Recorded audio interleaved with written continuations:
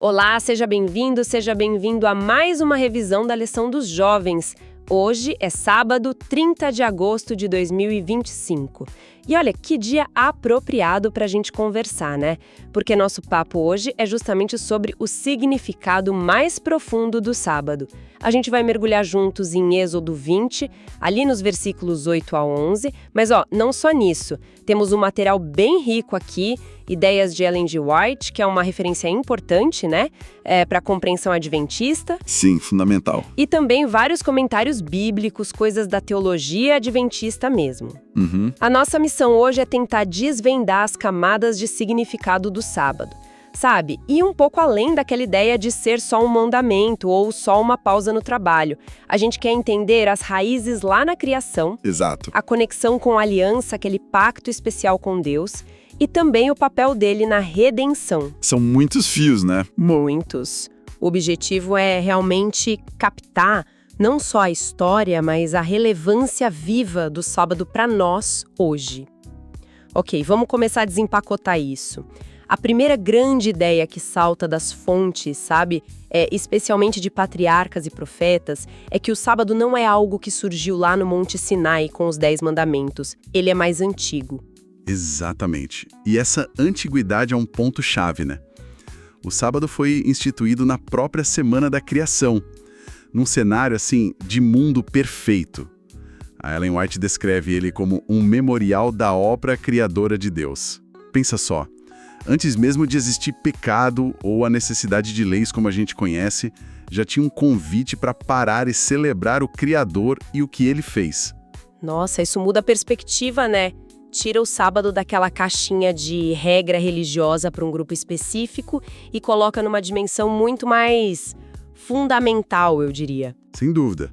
E outras fontes, tipo o studylight.org e o comentário Bible Plus, eles reforçam isso. Chegam a chamar de a instituição mais antiga. O que é fascinante aqui é a implicação disso. Por ter origem na criação, antes de qualquer divisão de povos, ele se torna um memorial, tipo assim, universal. Ele conecta, em princípio, toda a humanidade ao seu Criador comum. Não é só judaico ou adventista, na sua essência original, é humano. Pois é, e tem uma beleza quase poética nisso, né? Lá em O Desejado de Todas as Nações, a Ellen White descreve o sábado como esse convite para a gente reencontrar a paz do Éden, para ter comunhão com Deus através da natureza que ele criou. É como se fosse um respiro semanal daquela harmonia original, sabe? Uma antecipação da restauração que, segundo a teologia, Cristo vai trazer. Quase um portal mesmo para outra realidade. Um portal. Gostei dessa imagem. É bem isso. E essa instituição tão antiga, ela não ficou perdida no tempo, não. Mesmo em tempos difíceis, ela manteve sua relevância. É verdade. O Patriarcas e Profetas também traz uma coisa interessante sobre o período antes do Sinai. Lá no Egito mesmo, Moisés já estava ensinando o povo escravizado sobre a importância do sábado. E olha que curioso, a obediência a essa instrução divina era meio que apresentada como um passo até uma condição para a libertação que eles tanto queriam. Sim, e a própria narrativa bíblica mostra que a recusa do faraó em dar esse tempo para adoração foi um ponto de conflito direto. Não era só uma questão de trabalho, sabe? Era uma disputa sobre a quem o povo realmente pertencia e a quem eles deveriam dedicar seu tempo e lealdade. Era ao faraó ou era a Deus? O que nos leva a um ponto teológico bem importante que conecta tudo isso. A gente tem Êxodo 20, o texto base da lição, dizendo: lembra-te do dia do sábado, porque em 6 dias fez o Senhor os céus e a terra. O foco ali é claro na criação. Mas depois, lá em Deuteronômio 5, quando Moisés está recapitulando a lei, a justificativa dá uma mudada, né? Exatamente. Deuteronômio 5, ali pelos versículos 12 a 15, manda guardar o sábado e acrescenta: e lembrar-te-ás de que foste servo na terra do Egito e que o Senhor teu Deus te tirou dali com mão forte e braço estendido. Por isso o Senhor teu Deus te ordenou que guardasses o dia de sábado. Se conectarmos isso ao quadro geral, como o Handbook of SDA Theology aponta, a gente vê algo poderoso. O sábado não é ou sobre criação ou sobre redenção. ele é sobre as duas coisas. Então, peraí. É como se o sábado fosse uma ponte. Ele conecta a gente com o ato inicial da criação, mas também celebra a experiência contínua da libertação, do resgate por Deus. A cada semana a gente celebra que o mesmo poder que criou o universo é o poder que nos liberta. É isso. Perfeitamente colocado, é isso mesmo. Ele celebra Deus como Criador e como Redentor. É um lembrete semanal da nossa origem e também da nossa salvação. E isso reforça muito a ideia do sábado como sinal da aliança, desse relacionamento especial. Um comentário, o God's Blessing, destaca bem isso. É um tempo sagrado separado não só para parar, mas para adorar e, o que é crucial, para refletir sobre a fidelidade de Deus nas suas promessas, tanto aquelas feitas lá na criação, quanto as que foram cumpridas na libertação. Ok, tô entendendo. O sábado como memorial da criação, sinal da aliança, celebração da redenção, mas como isso se traduz na prática? É só, não trabalhar e pronto? Um comentário do Benson, que a gente achou via Bible Hub, traz uma ideia que me chamou a atenção. Ele fala em santidade ativa. Essa é uma distinção importante. O mandamento não diz só pare, mas lembra-te. Para o santificar. Santificar quer dizer separar para um propósito sagrado, dedicar. O comentário do Benson sugere que isso exige mais do que simplesmente parar o trabalho secular. Pede uma orientação ativa da mente e o coração para Deus, para adoração, para comunhão. Pensar no sábado não só como parar, mas como dedicar ativamente, nossa, isso muda a perspectiva de novo, né? Me faz até questionar se o meu descanso é só ausência de trabalho ou se tem algo mais profundo. Mas essa ideia de santidade ativa não pode soar meio pesado para um dia que é de descanso? Como que a gente equilibra isso? É um ótimo ponto. E o equilíbrio é fundamental mesmo. Não se trata de encher o sábado com uma lista frenética de atividades religiosas, de jeito nenhum.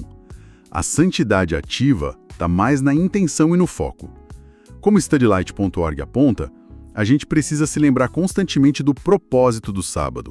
É um redirecionamento consciente. Em vez de deixar a mente vagar pelas preocupações da semana, ou, sei lá, pelo tédio, a gente orienta ela ativamente para a gratidão pela criação, para a alegria da redenção, para a beleza do relacionamento com Deus e com os outros. É um descanso que restaura justamente por ser intencional. Intencionalidade, gostei dessa palavra, parece chave aqui. E essa ideia de direcionar o foco, de colocar Deus no centro, nos leva a outra questão importante que foi levantada na lição desta semana, a partir de um comentário do Daniel Pontes sobre o segundo mandamento.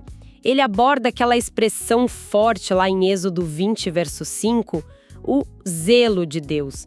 Confesso que essa palavra, zelo, às vezes me soa um pouco como ciúme humano, sabe? É uma reação comum, mas a perspectiva teológica que o comentário traz é diferente. O ponto não é que Deus seja possessivo como um ser humano inseguro seria. O zelo divino nesse contexto reflete a compreensão profunda que Deus tem do que é melhor para nós. Ele sabe que quando a gente coloca qualquer outra coisa, pode ser uma pessoa, um bem material, uma ambição, um medo, até uma ideia, no lugar central que pertence a Ele na nossa adoração e lealdade, nós mesmos nos prejudicamos. A gente se limita, se diminui e corre o risco de virar escravo dessas outras coisas. Faz sentido. Então, o zelo de Deus é, na verdade, uma expressão do desejo dele pela nossa liberdade e plenitude? É isso? Exatamente. E a reflexão prática que o Denner Pontes propõe é justamente essa. O que será que, na minha vida hoje, pode estar silenciosamente ocupando esse lugar central que pertence a Deus? Pode ser um relacionamento que virou codependente, um vício que está controlando minhas decisões, a busca sem fim por status, ou até mesmo aquela ansiedade que paralisa sobre o futuro. A proposta é usar essa reflexão para redirecionar o foco para Deus, que é a fonte da verdadeira liberdade e paz. E aí a conexão com o sábado fica claríssima. Caiu a ficha aqui. Perfeita. O sábado funciona como essa pausa semanal que Deus ordenou. Um tempo estruturado para fazer exatamente essa reavaliação de prioridades. É a chance de verificar quem ou o que está realmente no trono da minha vida essa semana? Eu estou permitindo que Deus seja o centro ou estou sendo sutilmente escravizado por outras lealdades, por outros faraós modernos? Olha como isso leva a gente de volta para o tema da libertação do Egito, lá de Deuteronômio 5. O sábado é um dia de liberdade, liberdade da tirania do trabalho sem fim, mas também liberdade da tirania dos ídolos internos que a gente cria. Liberdade e cuidado. Isso me lembra outra imagem poderosa que surgiu na sessão Diálogo Aberto da lição, vinda lá de Êxodo 19, verso 4. É Deus falando com Israel logo depois da saída do Egito e dizendo assim: Vistes o que fiz aos egípcios, como vos levei sobre asas de águia e vos trouxe a mim. Asas de águia. Que imagem forte. Uma imagem incrivelmente terna e forte ao mesmo tempo, né? A águia-mãe ela é conhecida por esse cuidado feroz e por ensinar os filhotes a voar, carregando eles quando fraquejam. Essa imagem do cuidado divino protetor e sustentador, especialmente em momentos de fragilidade ou de queda, como a lição menciona, se alinha de um jeito muito bonito com a essência do sábado. Como assim? Explica melhor essa ligação. Pensa no descanso do sábado. Não é só parar por parar, é um ato de confiança. A gente confia que pode parar porque Deus nos sustenta. Confia que o mundo não vai desabar se a gente não estiver produzindo por um dia. Confia que aquele que nos criou e nos redimiu é também aquele que nos carrega sobre asas de águia. O sábado se torna então um lembrete semanal, bem tangível, desse cuidado contínuo. A gente descansa porque é cuidado, sustentado, amparado por esse Deus águia. Uau! Criação, aliança, redenção, liberdade, cuidado. Caramba, o sábado é muito mais do que eu imaginava no início do nosso papo. Recapitulando então, o que está emergindo de todas essas fontes não é uma regra isolada, mas uma instituição rica, profunda, com raízes na eternidade, lá na criação mesmo. É um sinal visível da aliança, marcando a identidade do povo de Deus. É um convite semanal para a gente reconhecer a nossa dependência do Criador, encontrar descanso verdadeiro físico e espiritual e celebrar ativamente a obra incrível dele, tanto no início de tudo, quanto na nossa libertação contínua. O próprio mandamento lá em Êxodo 20, 8 a 11, parece encapsular essa jornada toda. Lembra-se, para o santificar, porque em 6 dias fez o Senhor. A memória da criação como a base para a santificação do tempo presente. Exato, é um presente com muitas facetas.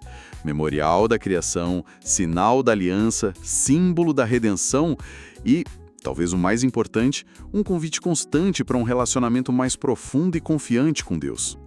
E tem aquela conexão final que foi mencionada no Diálogo Aberto que eu acho muito significativa.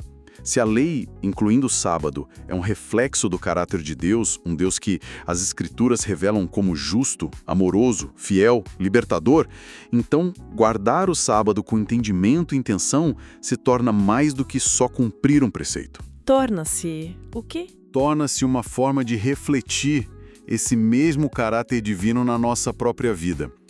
O descanso, a confiança, a celebração da liberdade, o foco no relacionamento com Deus e com os outros, a reavaliação das prioridades, tudo isso vai moldando quem a gente é. Não se trata só de parar de fazer certas coisas, mas de ser um reflexo vivo do Criador e Redentor nesse dia especial e de levar essa essência para os outros dias da semana também. Nossa, isso realmente amplia o horizonte. Deixa de ser um fardo, né? Vira uma oportunidade de transformação mesmo. Precisamente. E isso deixa a gente com uma questão importante para levar conosco, sabe? Inspirada nas reflexões finais da lição. Considerando que o sábado consegue tecer juntos, de um jeito tão bonito, a criação, a redenção, a liberdade e o nosso relacionamento pessoal com Deus. Como seria se a gente abraçasse esse ritmo semanal de forma realmente intencional? Não só como um dia diferente, mas como um ponto de reorientação mesmo. De que maneira essa pausa sagrada e cheia de significado poderia remodelar não só a nossa conexão com Deus, mas também as nossas relações com as pessoas ao redor, o nosso olhar para o mundo e até a forma como a gente enfrenta os desafios do dia a dia, ajudando a gente a espelhar um pouquinho mais a cada semana o caráter justo, amoroso e fiel daquele que nos deu esse presente? Uma pergunta poderosa para a gente continuar refletindo ao longo do dia. Muito bom. Até amanhã, no próximo estudo. Até mais.